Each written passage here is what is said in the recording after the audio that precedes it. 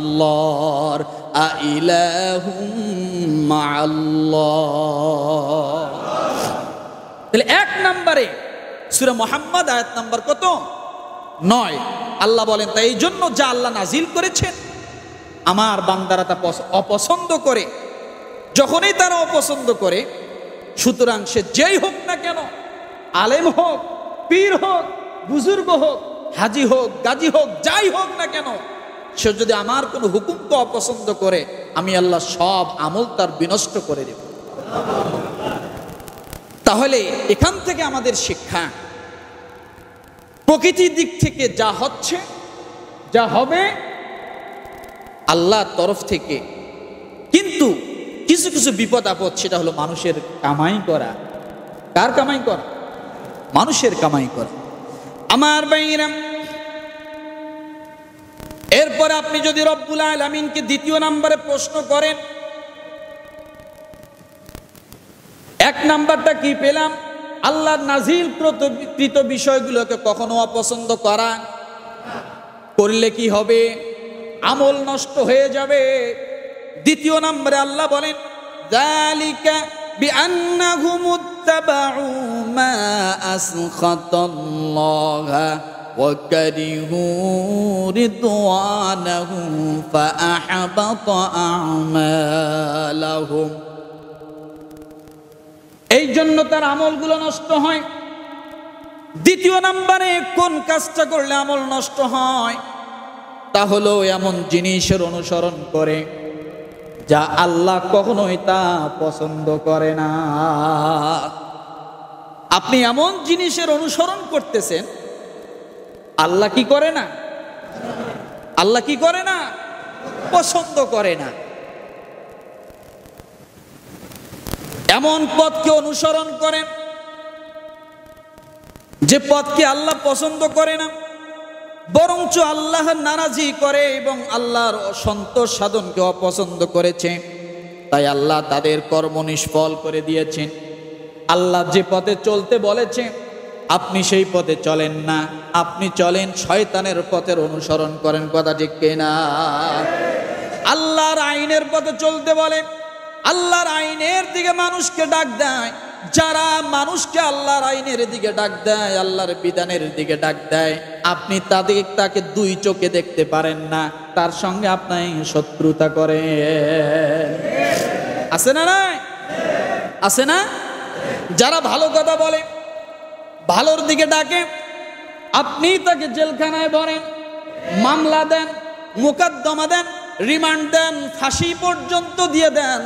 এমনকি আপনার যদি অপছন্দ হয়, কোমরে আপনি রশি বেঁধে বেঁধে তাকে টানা হেঁচড়া করেন। এমন দৃষ্টান্ত আছে না? না।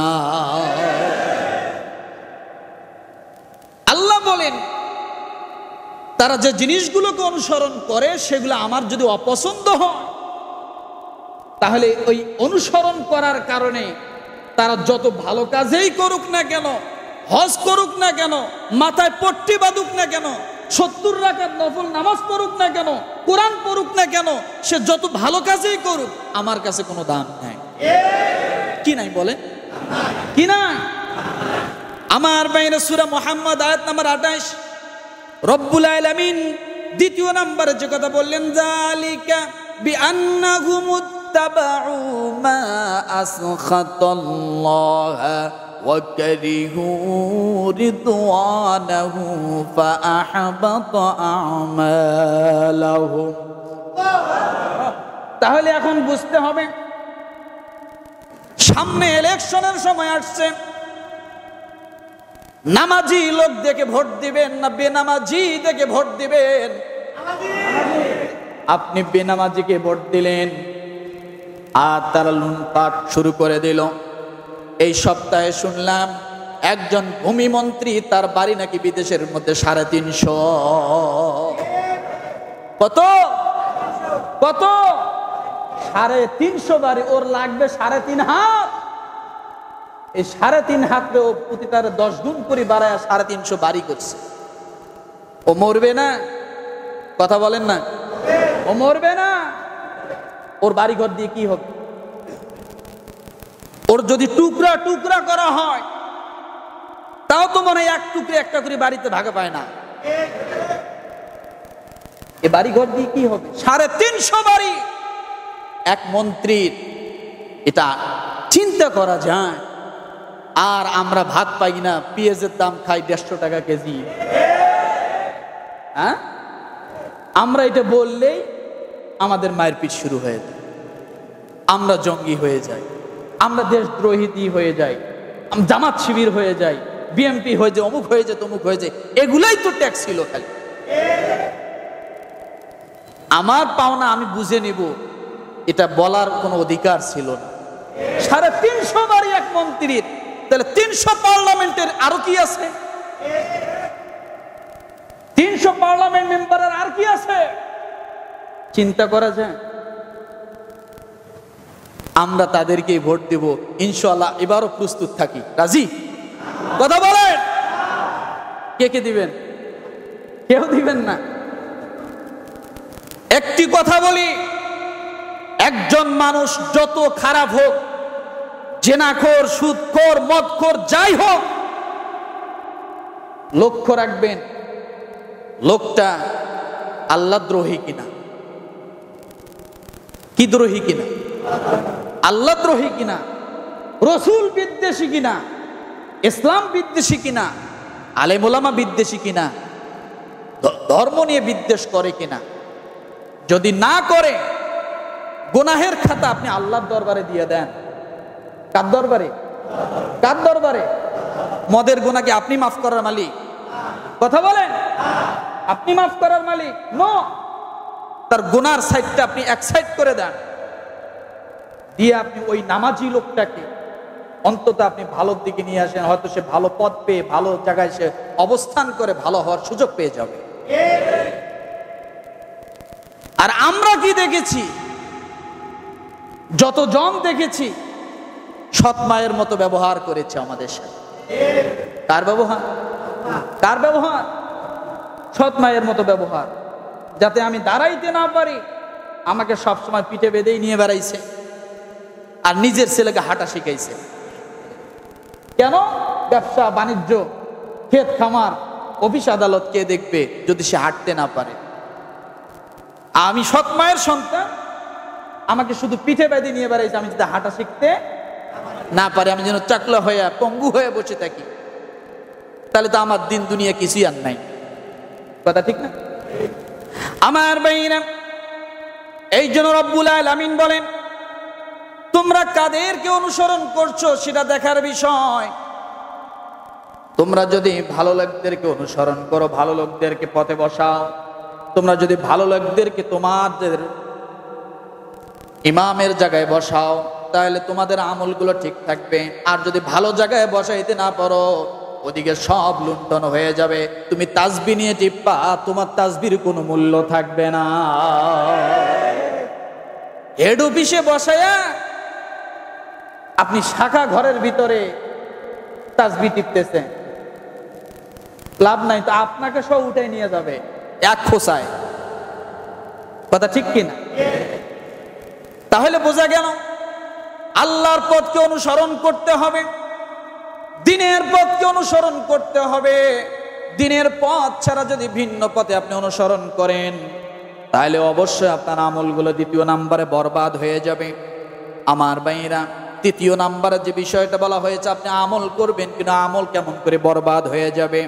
রব্বুল আলামিন ডাক দিয়ে বলেন, ওমাই ইয়াকফুর বিল ঈমানি ফাকাদ হাবিতা আমালুহু ওয়া হুয়া ফিল আখিরাতি মিনাল খাসিরিন। তৃতীয় নাম্বারে আপনি ঈমানদার, আপনি আমলদার, আপনি হাজী, আপনি দানবীর, আপনি সব নিজেকে ভাবতেছেন, মনটা উধার করে বড় করে চলতেছেন যে আমি তো হজ করি, উমরা করি, আমি দান করি, যাকাত দেই, বড় বড় গরু কুরবানি করি, সব ঠিক আছে, কিন্তু আপনার ভিতরে ঈমান লড়বড়। কি বলেন তো? কি বলেন? রব্বুল আলামিন সূরা মাইদা আয়াত নাম্বার 5 এর শেষের দিকে বলেন, যে কেউ ঈমান প্রত্যাখ্যান করবে তার যাবতীয় কর্ম নিষ্ফল হয়ে যাবে এবং আখিরাতে সে ক্ষতিগ্রস্তদের মধ্যে গণ্য হবে। ঈমান কি করবে? প্রত্যাখ্যান করবে। কেমনে করবে? সামনে পূজা আসতেছে। কি আসতেছে? হয়তো বা এই বছর কিছু মুসলমানের দায়িত্ব আসতে পারে পূজার মণ্ডপগুলোকে, পূজার জায়গাগুলোকে পাহারা দেওয়া। এটা একটা শ্রেণী। কিন্তু এই শ্রেণী ব্যতি রেখে বাকি যারা পূজার মণ্ডপে যায়, কেন যায়? নিজেকে প্রশ্ন করেন তো, আমি কেন যাই? যায় সেগুলো নাচ গান দেখে আর মনে মনে ভাবতে থাকে। ফজরের নামাজ পড়ছে কিন্তু জোহরের আগে আগে গেছে, যা ভাবতে থাকে এই ধর্মই তো ভালো।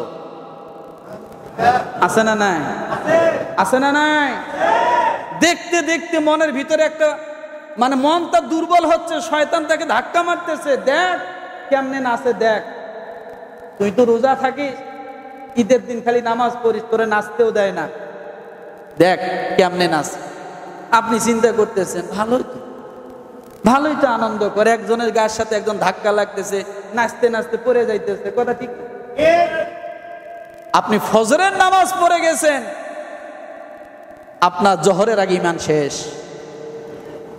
কিসে? কিসে? জোহরের নামাজের আগে আপনার ঈমান শেষ। এরপরে আপনি পূজার মণ্ডপ থেকে এসে গা গোসল দিয়ে উজু করে একটা আতর গোলাপ সবকিছু মাইকে পাঞ্জাবি গায়ে দিয়ে আপনি ইমাম সাহেবের পিছন বরাবর আছে দাঁড়ানো, চিন্তা করতেছেন আল্লাহু আকবার। আল্লাহকে কোনো দাম নাই, কোনো দাম নাই। রাগ করতেছে? বেজার হচ্ছে? বেজার যদি হন এক্ষুনি ঈমান চলে যাবে। কেন? এটা আমার কথা। কোন সূরা থেকে তৃতীয় নাম্বারটা বললাম? সূরা মাইদা। কত? আয়াত নাম্বার কত? 5। তাহলে ঈমান থাকবে, তারপরও তার আমল নষ্ট হবে। কোন কারণে?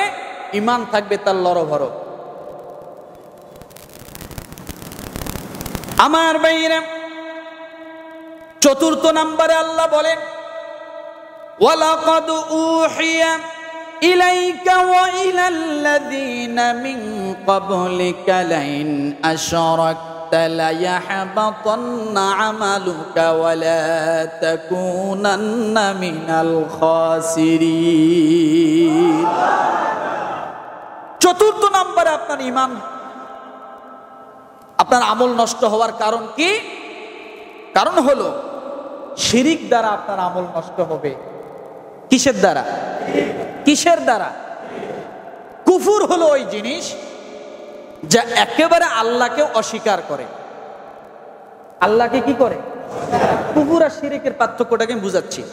কুফুর হলো ওই জিনিস আল্লাহ বলতে কিছু নাই, এগুলো এমনি এমনি হয়েছে, কথা ঠিক না? আল্লাহর কোনো নেয়ামতকে অস্বীকার করাটা, এটা হলো কুফুরের সমতুল্য।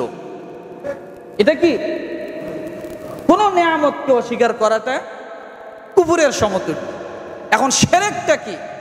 যারা শিরক করে তারা কুফুর করে না, কি করে তাহলে? তারা আল্লাহ আছে এটা স্বীকার করে, কিন্তু আল্লাহ একা নয়, 360 জন। বোঝেন নাই? আর যারা কুফুর করে তারা কি বলে? আল্লাহ নাই, রসুল মানি না, কোরআন মানি না, আল্লাহর বিধান মানি না। একে নো যারা বলে, নো শব্দ যারা বলে, না শব্দ যারা বলে, তারা কাফের। আর শিরক তারা করে আল্লাহ আছে কিন্তু একাই না, গরু ভগবান আছে না নাই? কথা বলেন। বট গাছ ভগবান, এটা আল্লাহ আছে। এগুলা কি বেধর্মীরাই করে না মুসলমানরা করে? মুসলমানরা করে না। বট গাছের মাথায় লাল কাপড় বেঁধে দিচ্ছে, গোড়ায় লাল কাপড় বেঁধে দিছে, বট গাছের গোড়ায় যা সেজদা করতেছে, আছে না? তাহলে বোঝা গেল আসমানে যে আল্লাহ, আরশে যে আল্লাহ, ওই আল্লাহর পাওয়ার কমে গেছে, বট গাছের মধ্যে পাওয়ার চলে আসে। তাহলে শিরক করা যাবে? সর্বনিম্ন একটা শিরক বলি, দেখেন শিরক কেমন, ভালো করে বুঝুন। ফামান কানা ইয়ারজু লিকা রাব্বিহি ফালইআমাল আমালান সালিহান ওয়া লা ইউশরিক বিইবাদাতি রাব্বিহি আহাদা। সূরা কাহাফ আয়াত নাম্বার শেষ, কত? 15 নম্বর পারা, সূরা কাহাফ শুরু, 16 নম্বর পারার 4 নম্বর পৃষ্ঠায় শেষ। ফামান কানা ইয়ারজু লিকা রাব্বিহি ফালইআমাল আমালান সালিহা। আল্লাহ বলেন, যারা কিয়ামতের ময়দানে ওঠার জন্য আশা রাখে, আল্লাহর সামনে উঠতে হবে আশা রাখে, তারা যেন আমলে কি করে? সালেহ করে। বুঝেন, ওয়ালা ইউশরিক বিইবাদাতি রাব্বিহি আহাদা, তোমরা ইবাদতের মধ্যে কাউকে শরীক। এখন কেমনে করে? হুজুর নামাজ পড়তে আছে, জুমার নামাজ, আমরা আবার শিরক করলাম কিভাবে? দেখেন নামাজে কেমনে শিরক করে, নামাজই শিরক করে কেমনে, মানে আমল কেমনে শিরকের মাধ্যমে বরবাদ হয়। দেখেন, সেটা হলো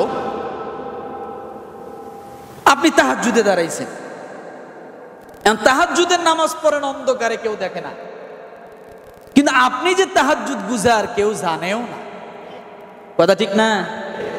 2-4 দিন পরে শয়তান আপনাকে ধাক্কাইতেছে, তুই যে এত কষ্ট করে ওঠো, এত কষ্ট করে উজু করো, তাহাজ্জুদ নামাজ পড়ো, কেউ তো দেখে না, তোমার তো সবাই বেনামাজি মনে করে। তা কি করবা? তুমি কালকের থেকে যখন উঠবা, টিউবওয়েলের মধ্যে যায় জোরে জোরে শব্দ করবা, এরপরে উজুর সময় জোরে জোরে বিসমিল্লাহ করবা, এরপর উজু করে আসার পর দরজায় জোরে শব্দ করবা, আশপাশের লোক যেন, পাশে প্রতিবেশীর লোক যেন ঘুম থেকে ওঠে। এরপরে তুমি যখন নামাজে দাঁড়াবা, নামাজ তো জোরে জোরে আল্লাহু আকবার করবা, যদি তাও মানুষ না শোনে, হাত তুলে যখন দোয়া করবা জোরে জোরে কাঁদবা, যাতে মানুষ শোনে। কারণ আমি যে তাহাজ্জুদ পড়ি, রাত্রে উঠি যে আমি কান্দি, এটা তো কেউ জানে না। তাহলে মানুষ যদি আমার তাহাজ্জুদের বিষয়টা না জানলো, তাহলে তো পরের দিন কেউ আমাকে বলবে না যে লোকটা আমলদার, লোকটা তাহাজ্জুদ পড়ে, একদিনও তাহাজ্জুদ মিস দেয় না, এই কথা তো কেউ বলবে না। কথা ঠিক কিনা? আল্লাহ বলেন, যদি কিঞ্চিত পরিমাণ তোমার মানুষকে জানানোর উদ্দেশ্য এটাই হয়, তুমি শিরক করতেছো। তাহাজ্জুদ পড়তেছো ঠিক, কিন্তু তাহাজ্জুদ নয়, এটা শিরক হচ্ছে। কি হচ্ছে? কি হচ্ছে? শিরক হচ্ছে। ঈদের সময় এরকম দেখা যায়, 10 টাকার নোট, নতুন নতুন নোট নিয়ে আমরা রেডি থাকি। মানুষ জিজ্ঞাসা করে, ভাই এত 10 টাকার নোট কি? আরে মানুষ আসবে না, 10 টাকা করে সবাইকে দিতে, কাউরে তো ফেরত দিতে পারি না, সবাইকে টাকা দিতে হবে। এখন আপনি 5000 টাকার এতগুলো বান্ডিল করে রাখছেন, মানুষ দেখে ভাবতেছে আপনি না জানি কত দানবীর। কথা ঠিক না? আল্লাহ বলে, এ দান তোমার শিরকের দান, আমি দেখি এটাই তোমার যথেষ্ট না, মানুষকেও দেখা লাগবে, তুমি এইটাই ভাবতেছো। মানুষ দেখে কি করবে তোমার দান? আমি আল্লাহ যদি দেখি, আমি আল্লাহ যদি তোমার পক্ষে থাকি, আমি আল্লাহ যদি তোমার সুনাম করি, এটাই তো যথেষ্ট। তাহলে বোঝা গেল, ইবাদত করেও মানুষ কি করে? একটা ছোট দিয়ে বুঝাইলাম, এরকম অসংখ্য শিরক আছে। আমার ভাইরা, 5 নম্বরে যে কথাটা বলা হয়েছে, যালিকা হুদাল্লাহি ইয়াহদি বিহি মান ইয়াশাউ মিন ইবাদি ওয়ালাউ আশরাকু লাহাবিতা আনহুম মা কানু ইয়ামালুন। এটা আল্লাহর প্রদত্ত হেদায়েত, যার মাধ্যমে তিনি বান্দাদের মধ্যে হতে যাকে চান সরল পথ পৌঁছিয়ে দেন, যাকে চান সরল পথ পৌঁছিয়ে দেন। তারা যদি শিরিক করত, তবে তাদের সমস্ত সৎকর্ম নিষ্ফল হয়ে যেত। কারণ আপনি যে তাহাজ্জুদ পড়তে পারেন, এটা আল্লাহর দয়া, কিন্তু এই দয়ার মাঝে আপনি দুনিয়ার দয়া ঢুকাবেন না, আল্লাহর দয়াটাই রাখেন। আপনি যে দান করতে পারেন, এটা আল্লাহর দয়া, এই দয়ার মাঝে মানুষের সুনামের দয়া আপনার প্রয়োজন নাই, আপনি এটা ধরে রাখেন, এটা আপনার সরল পথ, এটাই আপনার হেদায়াতের পথ, এটাই আপনার জান্নাতে যাওয়ার পথ। কথা ঠিক না? তাইলে ইবাদত কি মানুষকে দেখানোর জন্য করব নাকি আল্লাহকে? মানুষের সন্তুষ্ট নাকি আল্লাহকে? এখন কথা হলো, আমি যখন নামাজ পড়ি, আমি যখন টুপি মাথায় দেই, আমি যখন মুখে দাড়ি রাখি, তখন মানুষ আমাকে টিটকেরি করে, ও মোল্লা কই যা, আছে না নেই? কথা বলে। আবার নামাজ যদি ধরি, কেউ বলে ভাও ধরছে। কি ধরছে? ভাও ধরছে। আকাম গুকাম করে এখন নামাজ পড়ে, আছে না নাই? নানান টিটকেরি কথা বলবে। আপনি জানেন আপনি যে নামাজ ধরছেন, আপনি যে আল্লাহর পথে আসতেছেন, আপনার শরীরে জান্নাতি ফল ধরেছে, জান্নাতি ফুল ধরেছে, যার কারণে মানুষ ঢিল মারতেছে। যে গাছে ফল আছে সে গাছে মানুষ কি করে? মেহগুনি গাছে আজ পর্যন্ত কেউ ঢিল মারছে এটা আমার জানা নাই। আছে? আপনারা দেখছেন মনে হয়। মেহগুনি গাছে বড় বড় ফল আছে, কিন্তু ঢিল মারছে নাকি? কথা বলে। কিন্তু ছোট্ট একটা বড়াই গাছ, ওর যদি ফুল আসা শুরু হয় তাহলে ওর আর রক্ষা নাই, এতই ঢিল মারে। 24 সালের স্বাধীনতার মতো বন্দুক যেমন গুলি করে মানুষকে ব্রাশ ফায়ার গুলো তার থেকে বেশি। বোঝেন নাই কথা? যখনই ফুল আসবে বড়ই গাছে, তখন ও প্রস্তুত, আমাকে ঢিল মারা শুরু হবে। কিন্তু দেখবেন যে গাছে যত ফুল হয়, যে গাছে যত ফল হয়, ওই গাছ তত টান টান হয়ে দাঁড়িয়ে থাকে না, মাথা তত নোয়ায়ে দেয়। দেখেন নাই মনে হয়? কলা উপর দিকে ওঠে না নিচের দিকে আসে? কলা গাছ তখন মাথা কি করে? নিচের দিক মাথা বাঁকা করে দেয়।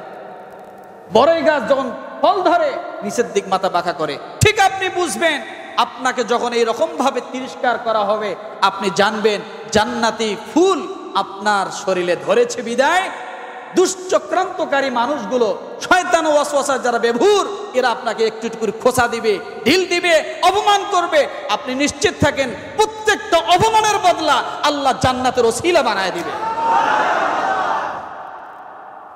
এমনি না, আপনি জান্নাতের পথে আসতেছেন বিদায় মানুষ আপনাকে খোঁচা মারতেছে। কথা ঠিক কিনা? জানবেন যেদিন থেকে আপনাকে খোঁচা মারবে, আপনি জানবেন আপনি আল্লাহর পথে কবুল হতে যাচ্ছেন। কার পথে কবুল হতে যাচ্ছেন? তাহলে শিরিক করা যাবে না, মনে থাকবে। 6 নাম্বার কারণ, আমল করার পরও বরবাদ কেমনে হবে? রব্বুল আলামিন সূরা আরাফের 147 নম্বর আয়াতে বলেন, ওয়াল্লাযীনা কাযযাবু বিআয়াতিনা ওয়া লিকাইল আখিরাতি হাবিতাত আ'মালুহুম হাল ইউজজাউনা ইল্লা মা কানু ইয়া'মালুন। জোরে জোরে জোরে। 6 নাম্বার, মানুষ আমল করার পরেও নিষ্ফল হয়ে যাবে, ধুলার মতো মিশে যাবে, তার কোনো মূল্য থাকবে না সে আমলের কি কাজ করলে। 6 নাম্বার হলো যারা আল্লাহর নিদর্শনের অস্বীকার করে। কি করে? আল্লাহর নিদর্শন অস্বীকার করে। কি অস্বীকার করলো? শীতকালে খেজুর গাছে আল্লাহ দিলেন রস, কিন্তু আপনি এই খেজুর গাছের টাটকা খেজুর পাইরা আপনি এখন খেজুরের রস বিক্রি করবেন যাতে কয়টা টাকা বেশি হয়, তাই আপনি সলিমুদ্দি সাধারণ টিউবওয়েলের পানি কিছু মিশাই দিলেন। আল্লাহ আপনাকে যে উদ্দেশ্য দিলেন, যেরকম ফেরেশ দিলেন, আপনি সে ফেরেশটাকে বিকৃত করে দিলেন। আছে না নাই?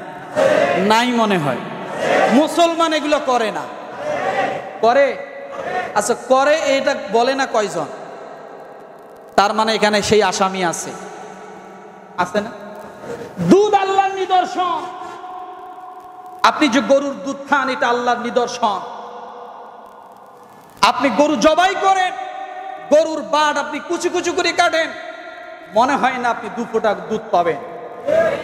কিন্তু যতক্ষণ পর্যন্ত গরু জীবিত, বাছুর আছে, দুধ আছে, ততক্ষণ পর্যন্ত আপনি যতই টানবেন দুধ আল্লাহর তরফ থেকে আসতেই থাকবে।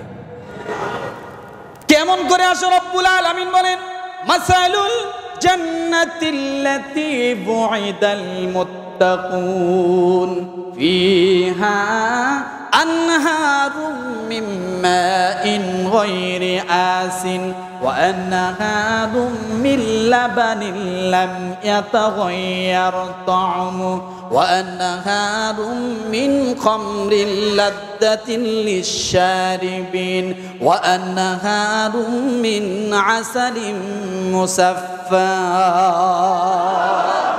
এ দুধ তো শুধু গরুর দুধ না, এটা স্যাম্পল। আল্লাহ বলে এর গোডাউন হলো জান্নাতে।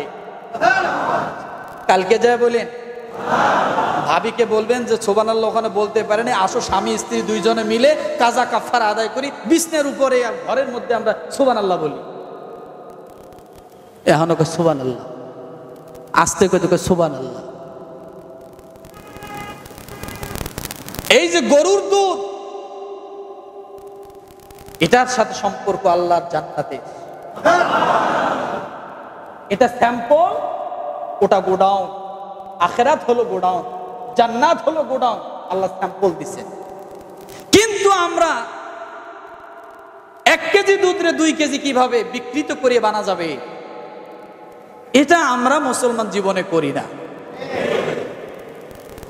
করি? আপনি আল্লাহর নিদর্শনকে অস্বীকার করছেন, বিকৃত করছেন। মাত্র 60 থেকে 70 টাকার লোভে 1 কেজিকে 2 কেজি বানাচ্ছেন। লাভটা কি? কাকে খাওয়াবেন? আপনি খাবেন একাই না, 1 কেজিরে 2 কেজি দিলেন, মানুষকে ঠগালেন। আপনার সন্তানের জন্য, পরিবারের জন্য 60 টাকার লোভ সামলাতে পারলেন না। নিশ্চিত থাকেন, এই 1 কেজির জায়গায় 2 কেজি বানানোর জন্য আপনি যত ভালো কাজ করেন না কেন, আপনি পরের হক নষ্ট করেছেন, অন্যকে ঠকিয়েছেন, আপনি এর জবাব দিয়ে কিয়ামতের ময়দানে আপনাকে দিতেই হবে। দিবেন না, আপনি পার পাবেন না, ছাড় পাবেন না, আপনাকে কাঠগড়ায় দাঁড়াইতেই হবে। তাহলে এইভাবে আমরা আল্লাহর নিদর্শনকে কি করি? অস্বীকার করি, বিকৃতি করি। আমার ভাইরা, 7 নম্বরে আপনি আমল করার পর আপনার আমল নষ্ট হয়ে যাবে, সেটা হলো নিদর্শন এবং আখিরাতকে অস্বীকার করা। আল্লাহর নিদর্শন অস্বীকার, শুধু নিদর্শন অস্বীকার না, নিদর্শন অস্বীকার করা মানে আখিরাতকে অস্বীকার করা। রব্বুল আলামিন বলেন, উলাইকাল্লাযীনা কাফারু বিআয়াতি রাব্বিহিম ওয়া লিকাইহি ফাহাবিতাত আ'মালুহুম ফালা নুকিমু লাহুম ইয়াওমাল কিয়ামাতি ওয়াজনা। আল্লাহর নিদর্শন যারা অস্বীকার করে তারা কি আখিরাত বিশ্বাস করে? তাহলে আখিরাত যারা বিশ্বাস করে না, নো, সে যত ইমানদার দাবি করুক না কেন, তার ইমান নাই। তার কি নাই? তার কি নাই? ইমান নাই। সে যত ইমানদার দাবি করুক, ইমান। তাহলে ইমান যদি না থাকে আপনি কি করবেন? কারণ আপনার মূলে, সবকিছুর মূলে তো আখিরাত। আখিরাতকে যারা ভুলে যায় তারা কোনোদিন সিরাতুল মুস্তাকিমের পথে থাকতে পারে না। কি করতে পারে না বলেন? আখিরাত ভুলে গিয়েছিল বিদায় তো 360টা বাড়ির মালিক হতে পারছে। যদি আখিরাত তার সামনে থাকতো, কোনোদিন সে এটা করতে পারতো না। আমার ভাইরা, এই জন্য রব্বুল আলামিন ডাক দিয়ে বলেন, বান্দারে আমার নিদর্শনকে অস্বীকার করো না, আর আখিরাতকে তোমরা বিশ্বাস করো না। কিয়ামতের ময়দানে উঠতে হবে, বিচারের কাঠগড়ায় দাঁড়াতে হবে। তোমার আমলের সঙ্গে যদি এটা থাকে, তাহলে আমি আল্লাহ তোমার আমলকে বরবাদ করব না। আর আখিরাতকে ভুলে যায় তুমি যদি আমল করো, ওই আমল তোমার আখিরাতের মধ্যে কোনো কাজে আসবে না।